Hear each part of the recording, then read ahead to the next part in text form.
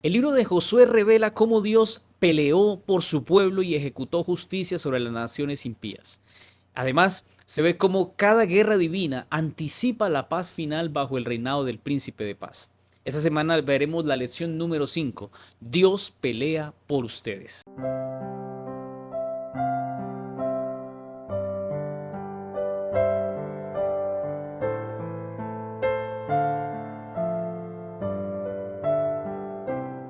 Quiero invitarte para orar y agradecer a Dios por este espacio que nos permite. Oremos. Querido Padre, queremos agradecerte, Señor, por la oportunidad que nos das de estudiar tu palabra.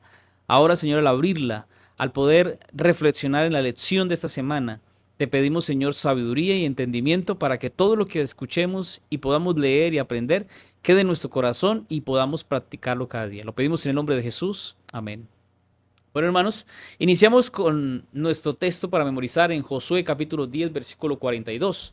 Todos estos reyes y sus tierras tomó Josué de una vez, porque el Señor Dios de Israel peleaba por los israelitas. La lección muestra que las guerras que estaban siendo ordenadas por Dios en el Antiguo Testamento responden a la justicia y a la misericordia de Dios. Cuando vemos allí a los cananeos que recibieron siglos de gracia, de bondad de parte de Dios, ellos persistieron en la maldad y decidieron desobedecer a Dios. Sin embargo, Dios, que es un juez justo, no destruye sin razón, sino que actúa para frenar el pecado y preservar la pureza moral de su pueblo. Por eso estas guerras, lejos de promover solamente violencia o que se vea solo a Dios como un Dios de ira y de muerte y de matanzas, lo que realmente las guerras mostraban era la soberanía y el propósito que Dios tenía. Y en esta semana vamos a encontrar cómo eso se cumple. Y en contraste con los conflictos que el ser humano tiene, Dios siempre muestra la restauración, siempre quiere que nosotros alcancemos la paz. Y finalmente, los profetas anunciaron que Jesús, el Mesías, el Cristo, es el príncipe de paz. Y cómo en medio de tantas guerras, Dios establece su reino en este mundo, donde lo hace basado en la justicia, en el amor, en la paz y en la verdad. La lección del domingo, la iniquidad de los cananeos. Esta lección revela por qué la justicia divina no se opone a su misericordia. Es decir, ambas actúan en armonía para purificar lo que esta tierra necesita, que sea purificada de toda la contaminación del pecado. Leamos lo que dice Génesis capítulo 15, versículo 16. Y en la cuarta generación volverán acá, porque aún no ha llegado a su colmo la maldad del amorreo hasta aquí. Este texto introduce la paciencia que Dios tiene, porque Dios concedió siglos antes y mucho tiempo a los cananeos la oportunidad de arrepentirse antes de ejecutar un juicio sobre ellos. Esa decisión de esperar muestra que Dios en su justicia nunca es precipitado, sino que guía todos los caminos y el proceso con amor, dando una segunda oportunidad. Sin embargo, cuando la iniquidad alcanza esa plenitud y el deseo del corazón está yéndose en contra de los planes de Dios, pues es inevitable que venga el juicio. Y es en este contexto que la conquista de Canaán fue la culminación de un proceso donde el mal se había arraigado profundamente en el corazón de los cananeos. Y es ahí donde la justicia de Dios entonces actúa no como una represalia, sino como la restauración del orden de todo lo que Dios quería. Ahora, veamos cómo también la corrupción se manifestó en esas prácticas religiosas. Cuando vamos al libro de Levíticos, capítulo 18, versículo 24-26, dice: en ninguna de estas cosas os amancillaréis, pues en todas estas cosas se han corrompido las naciones que yo he hecho de delante de vosotros, y la tierra fue contaminada, y yo visité su maldad sobre ella, y la tierra vomitó sus moradores. Guardad pues vosotros mis estatutos y mis ordenanzas, y no hagáis ninguna de estas abominaciones, ni el natural ni el extranjero que mora entre vosotros. Guardad pues mi ordenanza, no haciendo las costumbres abominables que practicaron antes de vosotros, y no os contaminéis en ellas, yo Jehová vuestro Dios. Acá se ve el interés de Dios de que esa corrupción cananea, que era espiritual, era sexual, era moral, se había dado de una manera que se había desbordado. Esa idolatría, esa falsa mezcla o esa mezcla de religión e idolatría prostituyeron finalmente el ritual y el sacrificio que los cananeos daban a Dios. Pues finalmente ellos adoraron otros dioses, se fueron detrás de otra idea de la idolatría, y además dice la Biblia que ellos también sacrificaron niños. Dios advirtió a Israel que tales prácticas habían contaminado la tierra y exigían de una purificación.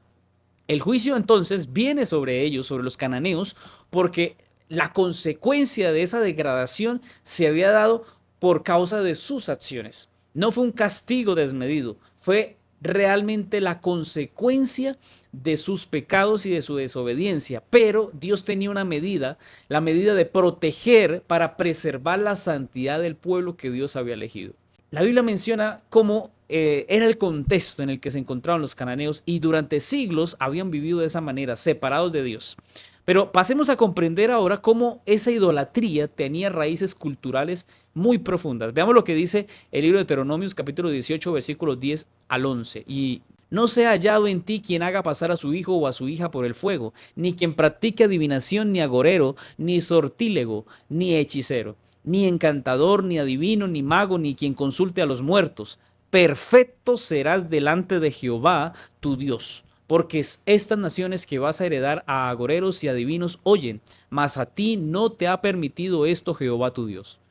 Esdras 9:11 dice que prescribiste por medio de tus siervos los profetas diciendo, la tierra a la cual entráis para poseer la tierra inmunda es a causa de la inmundicia de los pueblos de aquellas regiones por las abominaciones que la han llenado de uno a otro extremo con su inmundicia. Bueno, Dios condenó varias cosas.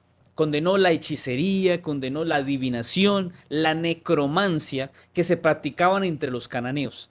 Esas costumbres representaban esa alianza directa con los poderes que tenían con Satanás.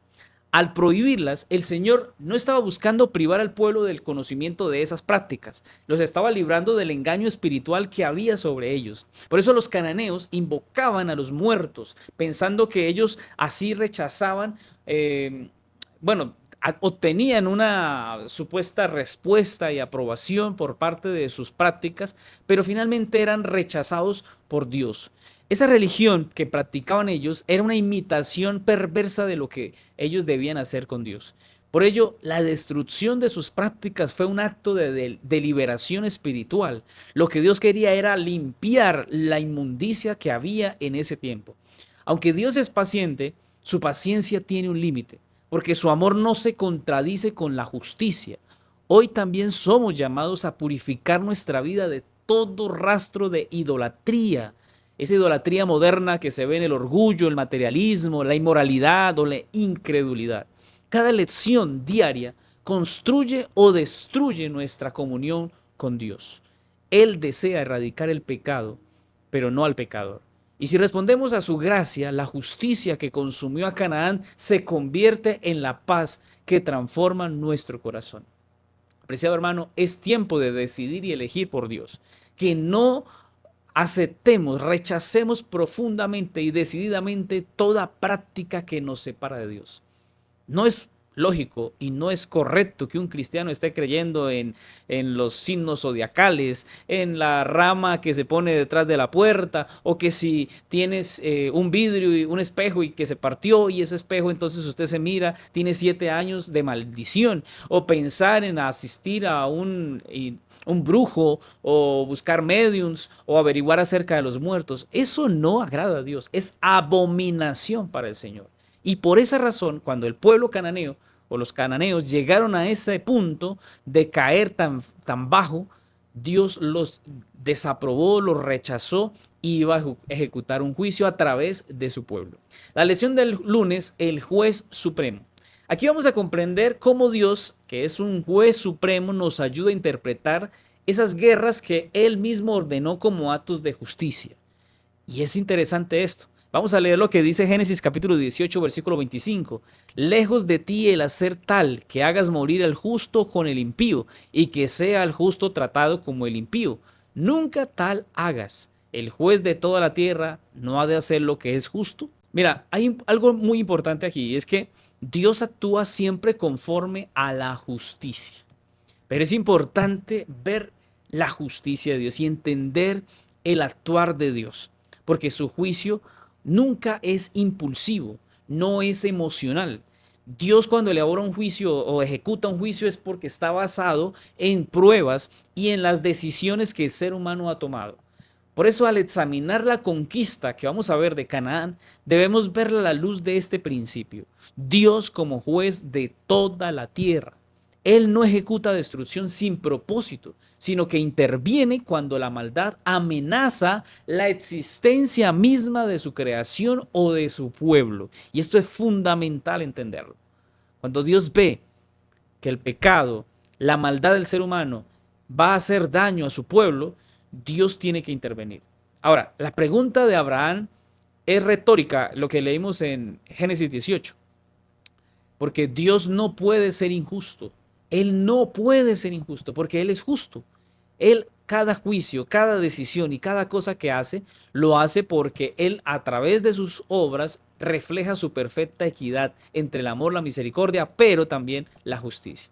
Veamos cómo los salmos también amplían esta visión del juez divino. Salmo 7:11 dice, Dios es juez justo, Dios está airado contra el impío todos los días.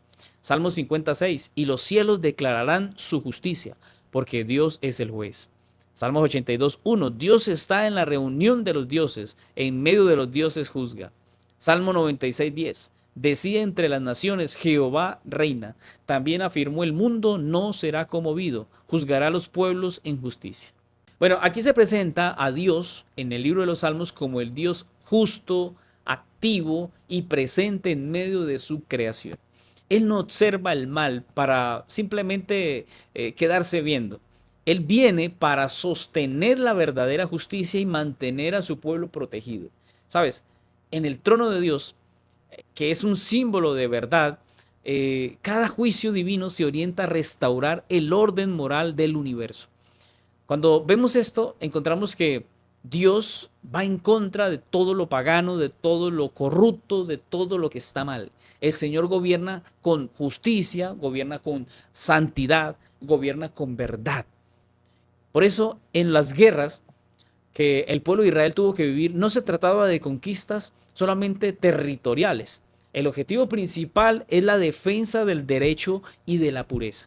Dios quería sacar la impureza de los pueblos cananeos para traer santidad a través de su pueblo. Veamos lo que dice 2 de Timoteo 4:1 y versículo 8. Te encarezco delante de Dios y del Señor Jesucristo, que juzgará a los vivos y a los muertos en su manifestación y en su reino. Por lo demás, me está guardada la corona de justicia, la cual me dará el Señor juez justo en aquel día, y no solo a mí, sino también a todos los que aman su venida. El tribunal del Señor abarca tanto lo visible como lo celestial. Es decir, el Señor juzga a las naciones, a los gobernantes y a los poderes espirituales. En el Señor Jesús, esta autoridad se manifiesta plenamente cuando Jesús juzgará a vivos y a muertos. El juicio de Dios es la vindicación de los justos. Es decir, en este sentido, la guerra del Señor o la guerra divina representa una fase temporal, una parte de la historia donde el Señor hará un juicio para condenar y salvar. Así, hermanos, entendemos que los conflictos que aparecen en la Biblia reflejan en la historia la gran controversia moral que existe en el universo. Por eso, quienes confían en Dios saben que su justicia final traerá recompensa. Porque quizás hoy lo que hacemos no tiene recompensa o no recibimos el pago que deberíamos recibir. Pero cuando venga el Señor, su recompensa será completa. Y Él juzga de una manera justa y también defiende a quienes le son fieles. Las guerras del pueblo de Israel prefiguraban la batalla espiritual del creyente, donde Dios defiende la verdad, donde Dios corrige el mal. Por eso el papel de Dios es como juez y guerrero que para establecer un reino de paz. Y es interesante porque a través de la guerra Dios podía traer paz a su pueblo. Pero había un propósito especial, porque Dios no quería traer guerra por traer guerra. Dios quería llevar el castigo a aquellos que se oponían al gobierno de Dios. Y en el contexto de los israelitas, Dios da ese juicio divino como una expresión de su amor que pone fin al sufrimiento y exalta a la verdad y derroca todo lo que es inmundo, todo lo que es abominación para él. Por eso cada juicio del Señor es la oportunidad para purificarnos y para acercarnos más a la santidad de Dios. Es decir, el día vendrá en que el juez justo dará también la corona de justicia a quienes amaron su venida. Por eso, hermanos, si nos mantenemos en la obediencia a Dios y respetamos los juicios de Dios y entendemos de pronto no de lleno los juicios de Dios, porque hay mucha gente que dice, ¿por qué si Dios es amor destruye? ¿O por qué si Dios es amor mandó al pueblo a pelear contra otro pueblo? Porque Dios a través de ello quería restablecer el orden, restablecer y dar la oportunidad de conocer mejor a Dios. Vivir bajo la justicia de Dios, hermanos, es hallar paz en medio de ese conflicto, es entender que Dios lleva los hilos de la historia. Y cuando el ser humano se desborda para irse en abominación, en desobediencia, en pecado, en maldad, Dios tiene que intervenir. Y un claro ejemplo de esto es lo que sucedió con Sodoma y Gomorra. Ellos decidieron caminar e irse detrás de sus dioses, de sus ideas, de su pecado, del paganismo, de la idolatría. Y al final Dios tuvo que destruirlos, porque la maldad de ellos iba a perjudicar y estaba perjudicando a los salvos, a su pueblo. Por eso Dios decide, cuando se da cuenta que el pecado ya para muchos no es una decisión constante y buscar a Dios no estará dentro de sus planes, cuando el ser humano ha cometido el pecado imperdonable, cuando no quiere nada con Dios, Dios simplemente lo saca del camino, porque básicamente lo que va a provocar es daño a los demás. Por eso es que Dios efectúa los juicios. Por eso es que Dios a cada quien le da el tiempo para arrepentirse, para entrar en paz con Dios, para que pueda ser reconvertido, o mejor, puedas arrepentirse y caminar con Dios para avanzar con Él. La lección del martes, despojar o aniquilar. En esta lección entendemos la diferencia entre el juicio de Dios que destruye el mal y el amor que busca restaurar las cosas. Éxodo capítulo 23, versículo 28 al 30 dice, enviaré delante de ti la avispa que eche fuera al heveo, al cananeo y al eteo de delante de ti. No los echaré de delante de ti en un año, para que no quede la tierra desierta y se aumente contra ti las fieras del campo. Poco a poco los echaré de delante de ti hasta que multipliquéis y toméis posesión de la tierra. Dios aquí revela ese plan que va progresivo, que quiere desalojar a los cananeos. Mira, qué importante entender esta parte de la lección, porque Dios no buscaba la destrucción total del pueblo. Dios lo que estaba buscando era una purificación que se fuera dando en un proceso paulatino que preservara el equilibrio de la tierra. Este método demuestra, hermanos, la sabiduría y la misericordia de Dios. Si los habitantes eran expulsados de una vez, la tierra quedaría desolada y los animales del campo aumentarían. Así, hermanos, el propósito de Dios era proteger. El juicio de Dios se ejecuta con orden y con propósito, nunca con violencia.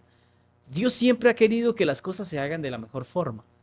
Pero en la necedad del corazón, Dios a veces tiene que actuar de una forma un poco más dura. Cada paso que vemos aquí en esta conquista hacia la tierra de Canaán obedecía a la estrategia de Dios de restaurar de manera moral, espiritual a su pueblo. Pero veamos ahora cómo esta acción también se extendía a la cultura que era idólatra, los cananeos. Éxodo capítulo 34, versículo 11 dice, guarda lo que yo te mando hoy. He aquí que yo echo de delante de tu presencia al amorreo, al cananeo, al eteo, al fereceo, al heveo y al jebuseo. Números 33:52. Echaréis de delante de vosotros a todos los moradores del país y destruiréis todos sus ídolos de piedra y todas sus imágenes de fundición y destruiréis todos sus lugares altos. Si notas, Dios ordenó la eliminación de los ídolos y de los altares. Dios no mandó a eliminar a las personas. La guerra que Dios quería era una guerra espiritual. Era destruir el paganismo, la maldad, todo lo que tenía que ver con el pecado y la desobediencia. Ese era su objetivo.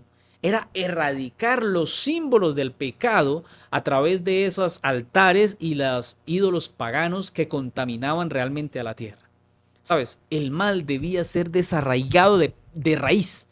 Debía quitarse esa cultura equivocada y religiosa de su falsa adoración de esos pueblos. Israel debía aprender que la verdadera victoria no se medía por números, no se medía por los enemigos que fueran vencidos, sino por la fidelidad del Señor al guiarlos y cuidarlos en medio de los lugares en los que iban. ¿Sabes? La destrucción se ve aquí que lo que Dios deseaba realmente era acabar con el culto pagano, era dañar o destruir todo lo que separara al ser humano de Dios. Pero era un acto de purificación. No se exterminó o no se quería dañar o destruir al ser humano. Era lo que adoraba al ser humano. Hay una idea que a veces el cristiano tiene y es condenar y pensar que las personas son las que debemos atacar. Debemos atacar son las ideas. Hay gente que tiene ideas equivocadas de Dios. Hay gente que considera a Dios como algo, como un amuleto o como solo para momentos importantes o momentos de dificultad donde se requiere el milagro de Dios.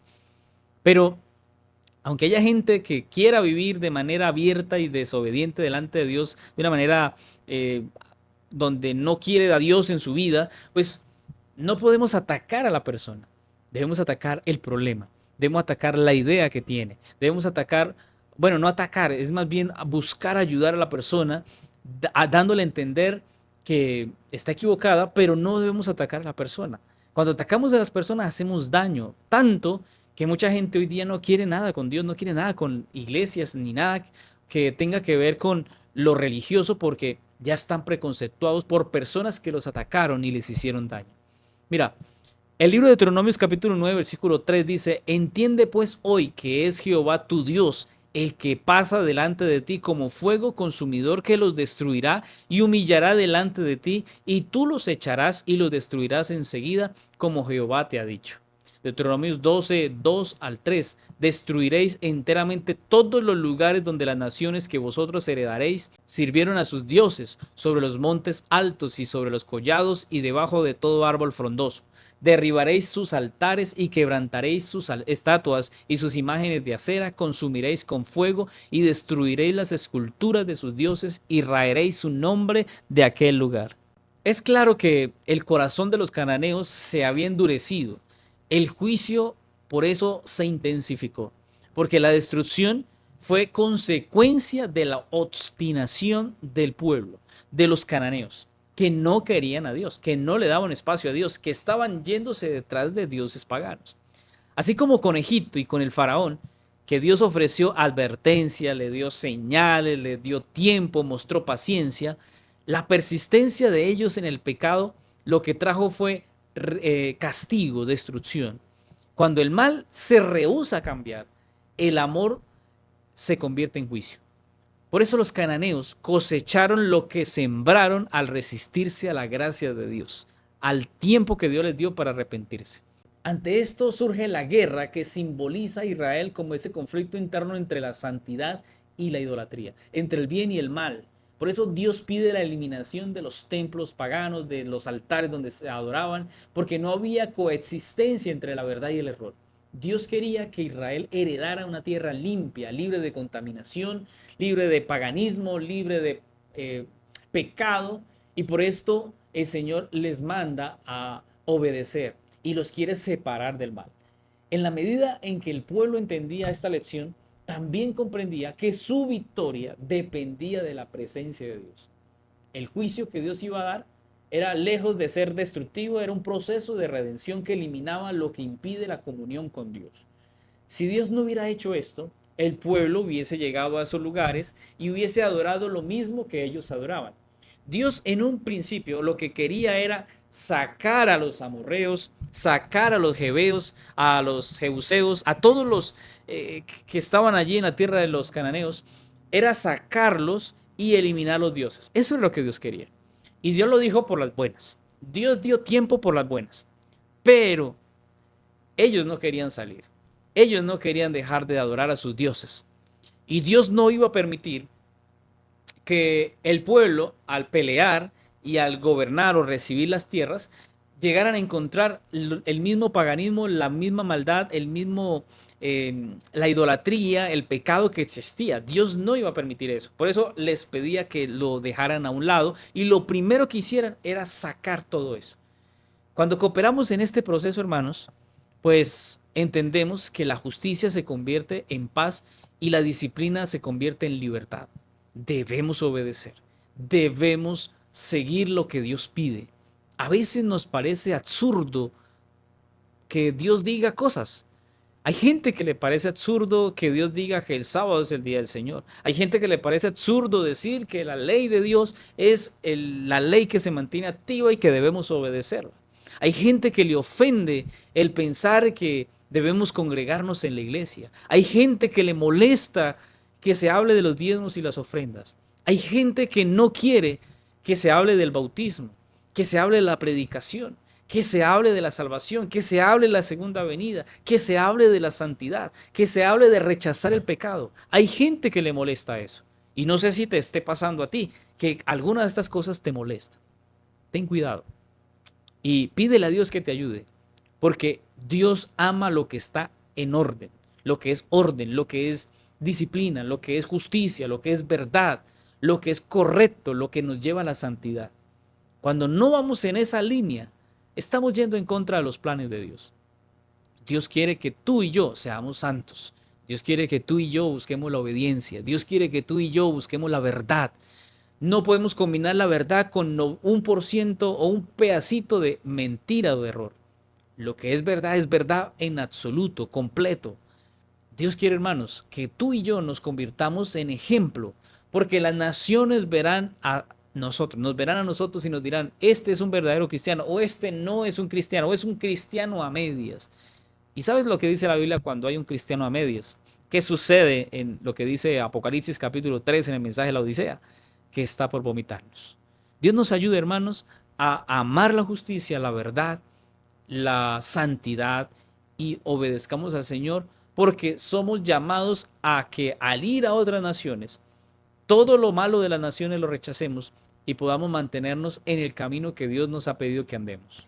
La lección del miércoles, libre elección. Mira, cuando hablamos de la conquista de Canaán, fue una respuesta a la libre decisión del ser humano. La elección que tú y yo podemos tener, la decisión que podemos tener, es libre. Dios espera o que nos sometamos a Él o que nos rebelemos directamente a Él. En esta lección entenderemos el valor espiritual de decidir correctamente. Veamos lo que dice Deuteronomio capítulo 20 versículo 10. Cuando te acerques a una ciudad para combatirla, le intimarás la paz. Así harás a todas las ciudades que estén muy lejos de ti, que no sean de las ciudades de estas naciones. Pero de las ciudades de estos pueblos que Jehová tu Dios te da por heredad, ninguna persona dejarás con vida, sino que los destruirás completamente al Eteo, al Amorreo, al Cananeo, al Fereceo, al Heveo y al Jebuseo, como Jehová tu Dios te ha mandado, para que no os enseñen a hacer según todas sus abominaciones que ellos han hecho para sus dioses y pequéis contra Jehová vuestro Dios. Mira, claramente se ve aquí cómo Dios estableció normas éticas, incluso para ir a la guerra. Antes de cualquier enfrentamiento que el pueblo pudiese tener, Israel debía ofrecer paz. Y esta disposición revelaba la misericordia del Señor, que aún hacia quienes merecían juicio, Dios podía darles la oportunidad. La guerra no era la primera opción. Era la última alternativa tras el rechazo del llamado del Señor. El ofrecimiento de paz mostraba que si se rendían estaban abiertos para todos los que aceptaran a someterse al Señor y tenían la oportunidad de ser ayudados. Pero es una de las cosas que a veces surge para el ser humano y es ¿por qué la violencia? Mira, la violencia nunca fue el propósito de Dios, nunca fue el plan de Dios. Más bien se convirtió en esta ocasión en la consecuencia, la violencia es consecuencia de la obstinación humana.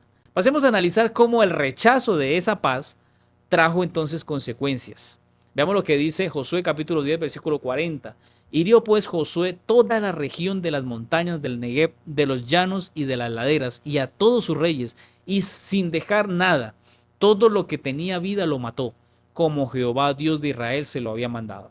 Si tú analizas lo que vimos en el libro de Éxodo, después en Números y en Deuteronomios, se habla de que primero Dios quería anunciarle a los enemigos del pueblo de Israel o a los heveos, jebuseos, amorreos, a toda esta lista de los cananeos, Dios deseaba que ellos salieran por las buenas, que ellos dejaran sus tierras, recibieran a Dios en su corazón, lo hicieran en la paz y además ellos sacaran todo lo que fueran los ídolos. Pero sucede que ellos no quisieron obedecer. Por eso Dios tiene entonces ahora que darles una advertencia. Si ustedes no se rinden, entonces van a morir. Y la obediencia de Josué ejecutó las órdenes del Señor, porque él no le quitó ni le añadió. Y los pueblos que fueron destruidos porque persistieron en la rebelión. No aceptaron a la indicación de Dios. Dios no los había destinado al juicio. Ellos eligieron ser castigados y pasar por el juicio. Cada ciudad tuvo oportunidad de someterse, así como Rahab, que eligió resistir aunque su pueblo iba a ser destruido. De la misma manera, el juicio final de Dios será igualmente para todos, pero Dios dará recompensa al que se reconsidera sus pasos y su vida. Cada persona decide su propio resultado, es decir, acepta o rechaza la gracia de Dios. Desde la caída de Adán no hay neutralidad moral, es decir, cada elección nos acerca o nos aleja de Dios. Por eso la actitud desafiante de los cananeos ilustra la consecuencia de una voluntad que se endurece. El libre albedrío, hermanos, es un regalo, es un don sagrado, pero conlleva una responsabilidad muy alta, porque Dios no fuerza la obediencia. Él nos invita con amor a aceptar su misericordia. Y cuando el ser humano persiste en esa rebelión, Él finalmente respeta la decisión, aunque eso implique un juicio para ellos. Por eso, la guerra de Canaán representa el conflicto espiritual de todos los creyentes, de todos los cristianos, de todos los seres humanos, que eligen la sumisión o la independencia y la rebelión en contra de Dios. El libre albedrío, hermanos, es el sello del amor que el Señor tiene hacia el ser humano. Dios no nos creó capaces de decidir, no para perdernos, sino para amarlo voluntariamente. Dios nos dio libertad porque nos ha demostrado que en esa libertad lo podemos elegir porque Él merece toda honra, gloria y adoración, porque Él es santo, justo y bueno, porque a través de sus obras, de su actuar hacia nosotros, de su misericordia, nos ha demostrado que vale la pena seguirlo. ¿Crees que vale la pena irse en contra de decidir a Dios? ¿Crees que si elegimos a Satanás vamos a ir mejor? ¿Crees que si nos apartamos de Dios nos va a ir bien? El mejor ejemplo para ver esto es Satanás. Es Adán y Eva, que decidieron irse en contra de lo que Dios dijo. Cuando nos vamos en contra de lo que Dios dice, básicamente y en resumidas cuentas, nos vamos a perder, vamos a sufrir la muerte, vamos a sentir vacíos, nos vamos a sentir lejos del ser todopoderoso. Cada día, hermanos, elegimos entre obedecer o resistir, entre recibir la tierra prometida o recibir la tierra que va a ser destruida. Si aceptamos al Señor, Él pelea por nosotros. Pero si la rechazamos, simplemente quedamos expuestos al resultado de nuestra decisión y quedamos libres y separados de la protección de Dios. Por eso elegir al Señor cada día es vivir bajo la gracia y no bajo la condenación.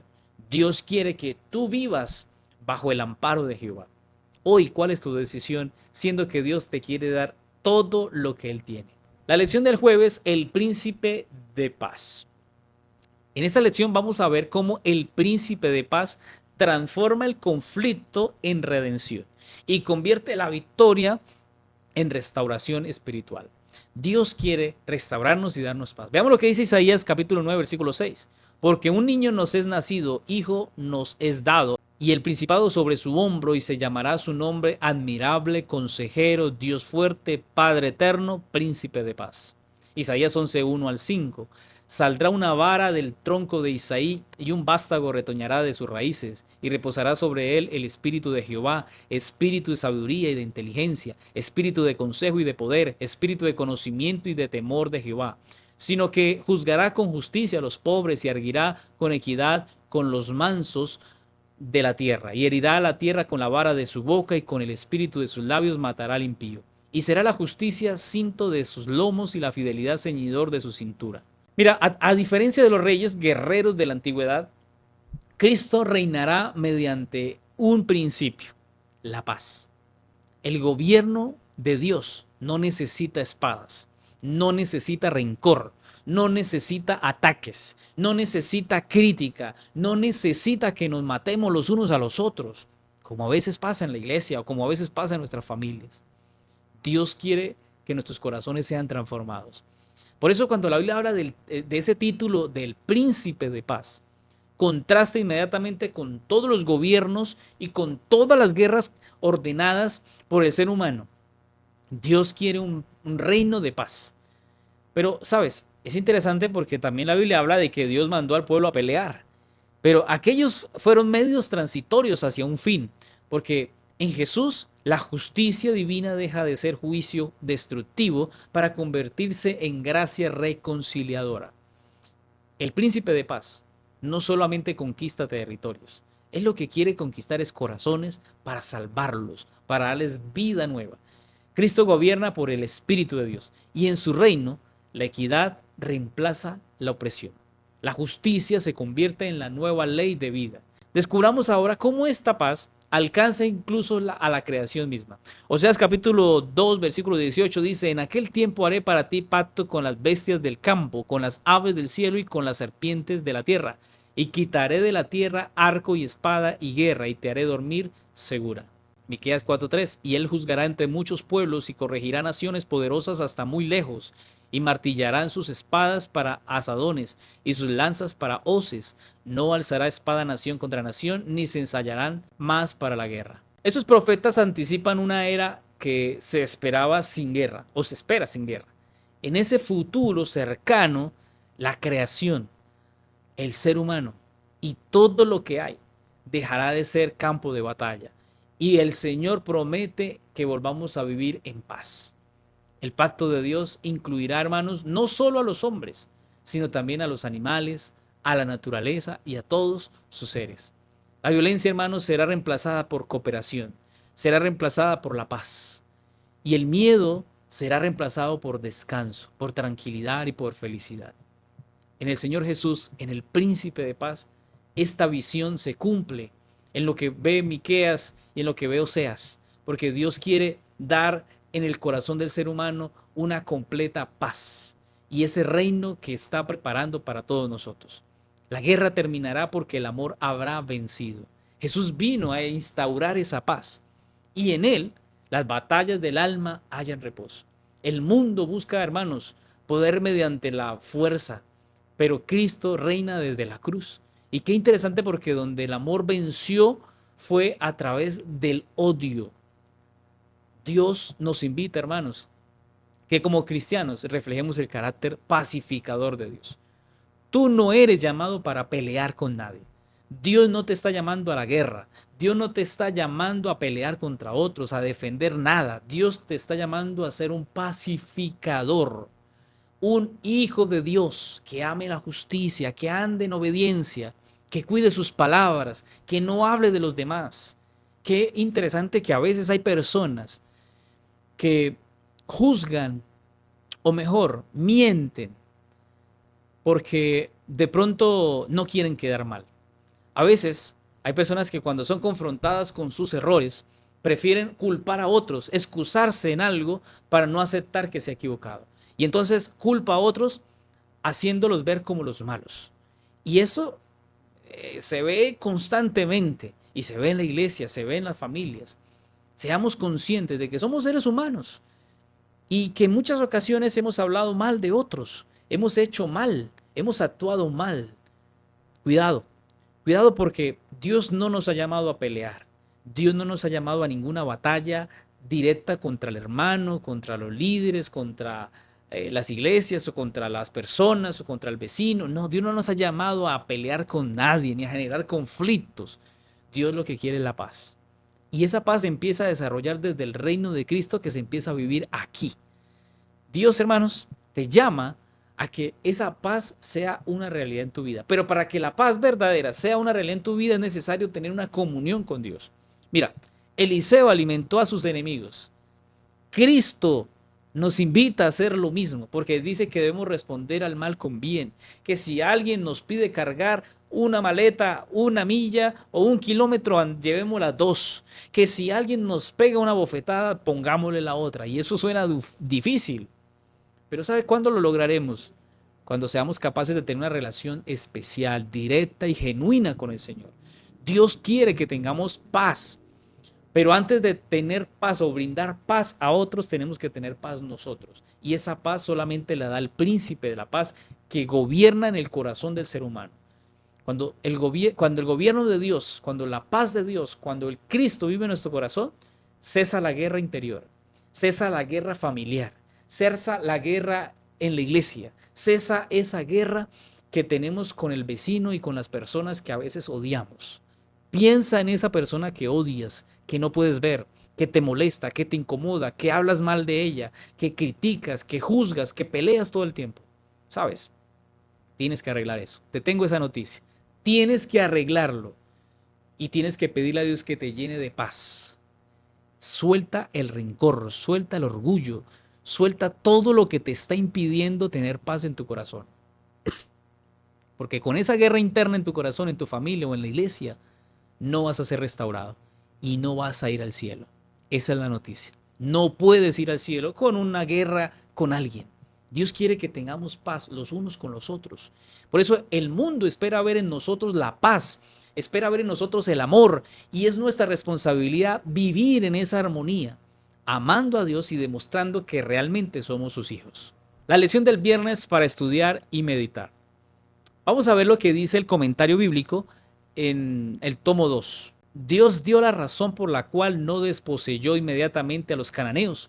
No se había colmado en la iniquidad de los amorreos. Debido a su iniquidad, gradualmente se estaban colocando en el punto en que no podría actuar más la tolerancia de Dios y serían exterminados. Hasta que no se llegara a este punto y se colmara su iniquidad, se pospondría la venganza de Dios. Todas las naciones tuvieron un periodo de tiempo de gracia. Las que invalidaron la ley de Dios se hundieron más y más en la impiedad. Los hijos heredaron el espíritu rebelde de sus padres y se portaron peor que ellos, hasta que los alcanzó la ira de Dios. El castigo no fue menor por haber sido postergado.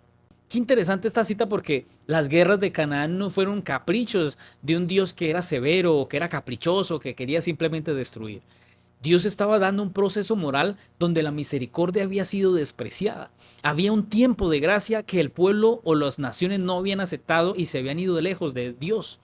Dios los había llamado de muchas maneras, pero al aceptar el pecado y vivir en pecado, ese pecado fue siendo heredado en otros y cada vez era peor. Por esa razón Dios tiene que ejecutar un juicio, porque Dios no va a tolerar más el pecado. Dios, cuando ve que no va a haber un cambio y que todas las decisiones son hacia el mal, Dios tiene que venir a ejecutar su juicio y destruir. La espada de Dios defiende la verdad. Dios defiende lo que es correcto, la justicia.